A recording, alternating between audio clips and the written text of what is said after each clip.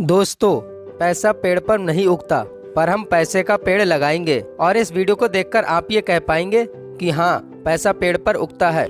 ऐसा भला कैसे हो सकता है? तो ऐसा पैसों का पेड़ आप भी लगा सकते हो। पेड़ जितना पुराना होता जाएगा उतना ज्यादा पैसा देता जाएगा। पर ये पेड़ लगाए कैसे? तो पावर ऑफ कंपाउंडिंग के जरिए ये पेड़ उगा सकते हो। और इस कंपाउंडिंग की पावर को दुनिया के फेमस साइंटिस्ट एल्बर्ट आइंस्टाइन ने भी माना है और इसे दुनिया का 8वां अजूबा माना है। तो इस कंपाउंडिंग की पावर को हम थोड़े से पैसे से अपनी प्रैक्टिकल लाइफ में यूज करके करोड़पति कैसे बन सकते हैं, पैसों से पैसा कमाया जा सकता है, और अमीर लोग कैसे पैसे से पैसा कमाकर और भी ज्यादा अमीर होते जा रहे हैं, ये सब इस वीडियो में जानेंगे। इसलिए वीडियो को एंड तक जरूर देखें। लोहा लोहे को काटता है, ये बात तो सुनी होगी, पर पैसे के केस में ऐसा बिल्कुल भी नहीं है। अमेरिका के फेमस साइंटिस्ट और इन्वेस्टर बेंजामिन फ्रैंकलिन का फेमस क्यूट है, money makes money and the money makes more money. यानी पैसा ही पैसे को बनाता है और पैसा जिस पैसे को बनाता है वो और भी पैसा बनाता चला जाता है। इसे इस तरह से समझते हैं कि मान लो आपने 10,000 रुपए इन्वेस्ट किए और फर्स्ट टाइम के लिए आपको 10% इंटरेस्ट मिला, तो वो होगा 1,000 रुपए। अब सेकंड टाइम में आपका प्रिंसिपल अमाउंट 10,000 रुपए प्लस 1,000 यानी कि टोटल 11,000 रुपए, और सेकंड टाइम में आपको 10% का रिटर्न मिला, तो वो हो जाएगा 11,000 का 10% यानी कि 1,100 रुपए, और प्रिंसिपल अमाउंट होगा 11,000 प्लस 1,100 रुपए यानी कि 12,100 रुपए। इसी तरह से ये प्रोसेस चलती रहेगी और अमाउंट लगातार बढ़ता चला जाता है।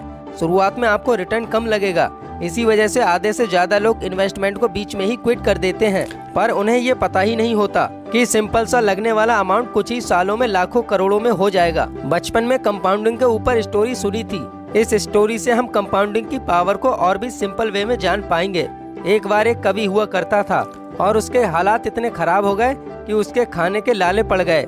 फिर एक दिन पत्नी के कहने पर उसने महल में जाकर राजा से मदद मांगने का फैसला किया। राजा के सामने भरी सभा में उसने राजा की प्रशंसा में अपनी कविताएं पढ़ना शुरू कर दी। कविता सुनकर सभी वाह वाह करने लगे। राजा को बहुत खुशी हुई और कवि को मुंह मांगा इनाम देने का फैसला किया। कवि से कहा कि हम तुम्हारी कविताओं से बहुत खुश हैं, मांगो जो मांगना है, हीरे मोती सोना चांदी जो चाहे मांग लो। कवि ने मोहरों से सजे हुए शतरंज की ओर इशारा करते हुए कहा कि महाराज, यदि आप मुझे इनाम देना ही चाहते हैं तो मुझे सोना चांदी हीरे जवाहरात नहीं चाहिए। महाराज, अगर आप शतरंज के पहले खाने में सोने का एक सिक्का रखें और हर खाने के लिए उसे दोगुना करते जाएं, तो मैं समझूंगा कि मुझे मेरा इनाम मिल गया। वहाँ मौजूद सभी लोग हंसने लगे और आपस में ये बातें करने लगे, देखो ये कितना मूर्ख है, सिर्फ कुछ सिक्के मांग रहा है। फिर राजा ने पूछा, सोने का बस एक ही सिक्का? कवि ने कहा, हाँ महाराज।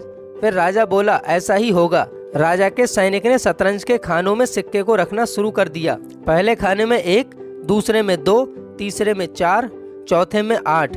इस तरह से वो दोगुने करते हुए रखते गए। जब 10वें बॉक्स में सिक्का रखने की बारी आई तो उन्हें सोने के 512 सिक्के रखने पड़े। 20वें बॉक्स तक ये नंबर्स बढ़कर 5,24,288 हो गए। शतरंज के आधे हिस्से तक आते आते 32वें बॉक्स में सोने के सिक्कों की गिनती 214,74,83,668 हो गई। जल्दी ही ये नंबर अरबों खरबों में पहुंच गया। अब पूरे राज्य में कोई भी सोने का सिक्का नहीं बचा। अब आखिरकार राजा को अपना पूरा राजपाट उस कवि को सौंपना पड़ा, और इसकी शुरुआत केवल एक सिक्के से हुई थी। इस स्टोरी में रिटर्न 100% दिया गया है, पर रियल लाइफ में 100% रिटर्न पॉसिबल नहीं है।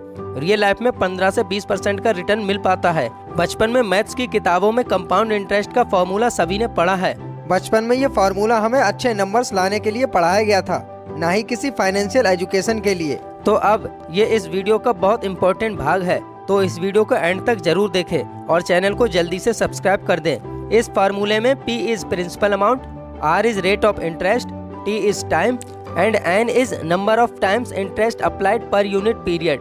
यदि हमें 5 साल में एक बार रिटर्न मिलता है तो N की वैल्यू 1 होगी, और हमारा कंपाउंडिंग का फार्मूला कुछ इस तरह होगा, A is equal to P 1 plus R का होल स्क्वायर T। तो अब इस कंपाउंडिंग को रियल वर्ल्ड में समझते हैं। मान लो आपने 1 लाख रुपए किसी स्टॉक में या म्यूचुअल फंड्स में इन्वेस्ट किए और वहां एनुअली 20% का रिटर्न मिल रहा है, तो इन वैल्यू को इस फॉर्मूले में लगाने पर कुछ इस प्रकार होगा, A is equal to 1 lakh 1 plus 0.2 का होल स्क्वायर T। यहाँ पर T को हम अपने हिसाब से कैलकुलेट करेंगे, यानी कि जितने साल के लिए हम इन्वेस्ट करना चाहते हैं T की वैल्यू उतनी रख देंगे।